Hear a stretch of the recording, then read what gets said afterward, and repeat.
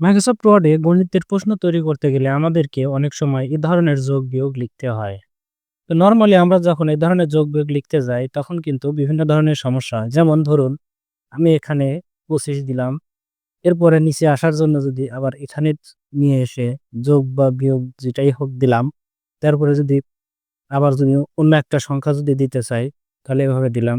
তারপরে কি করি এখানে আন্ডারলাইন না থাকলে তাহলে মানে নিচে টান না থাকলে আমরা এখান থেকে আন্ডারলাইন থেকে এখানে নিচে টান দিয়ে দেই। আবার আরেকটা লেখার জন্য তখন কি করি এখানে ট্যাব দিয়ে আবার এখানে লিখি, লেখার পরে আবার এখান থেকে ট্যাব দিয়ে গিয়ে যোগ বা বিয়োগ হোক যেটাই হোক দিলাম। দেওয়ার পরে এখানে আবার আরেকটা সংখ্যা দিলাম। তো দেখ দেখতে পাচ্ছেন এখানে মাঝখানে কিন্তু একটি আন্ডারলাইন পড়েছে। তো এটা আমরা নরমালি কিভাবে রিমুভ করি? এখান থেকে রিমুভ করি। তো এইভাবে কাজটা করতে কিন্তু অনেক সময় লাগে এবং এটা একটা ঝামেলার আর এটা সঠিক নিয়ম নয়। তো সঠিক নিয়মে কিভাবে করবেন এটা সেটাই আজকে এই ভিডিওর মাধ্যমে দেখিয়ে দেব। তো দেখতে থাকুন। ধরুন আমরা এখানে এখন নতুন একটি যোগ লিখব। নতুন একটি যোগ অঙ্ক দিব। তো সেক্ষেত্রে আমাদেরকে ১ম এ যেতে হবে এইখানে ইনসার্ট মেনু থেকে আমাদেরকে যেতে হবে ইকুয়েশন এ। ইকুয়েশন থেকে আমাদেরকে নিউ ইনসার্ট ইকুয়েশন এ যেতে হবে। এরপর এখান থেকে এখানে দেখতে পাচ্ছেন অনেকগুলো অপশন এসেছে। এগুলোর মধ্যে থেকে এখানে এই অ্যাসেন্ট এ যেতে হবে। তো অ্যাসেন্ট থেকে যেটার নিচে টান আছে সেই বক্সটি আমাদেরকে সিলেক্ট করতে হবে। দেখতে পাচ্ছেন এটার নিচে আন্ডারলাইন আছে। তো এটা আমাদেরকে সিলেক্ট করতে হবে। তো সিলেক্ট করে নিলাম। এবার এখানে আমরা যা যোগ লিখতে চাই সেটা এখানে লিখে দিলে খুব সহজেই কিন্তু হয়ে যাবে। তো আমি লিখছি দেখুন, দেখলাম ৬৩। এরপরে নিচের লাইন নিচে আসতে হবে। নিচে এন্টার দিলে দেখতে পাচ্ছেন আরেকটা ঘর এসেছে লেখার জন্য। তো এখানে লিখতে পারেন। এবার এটা যোগ না বিয়োগ সেটা কিন্তু এখানে ১ম এ লিখে দিতে পারে।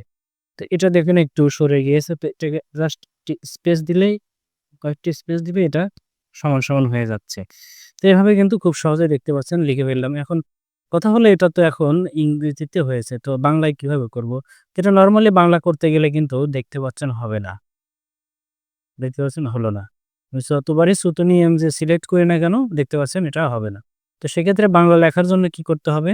তো বাংলা লেখার জন্য আমাদেরকে আবার ইনসার্ট এ যেতে হবে এবং ইনসার্ট থেকে ইকুয়েশন এ গেলে এটা সিলেক্ট থাকা অবস্থায় এখানে দেখতে পাবেন নরমাল টেক্সট এসেছে।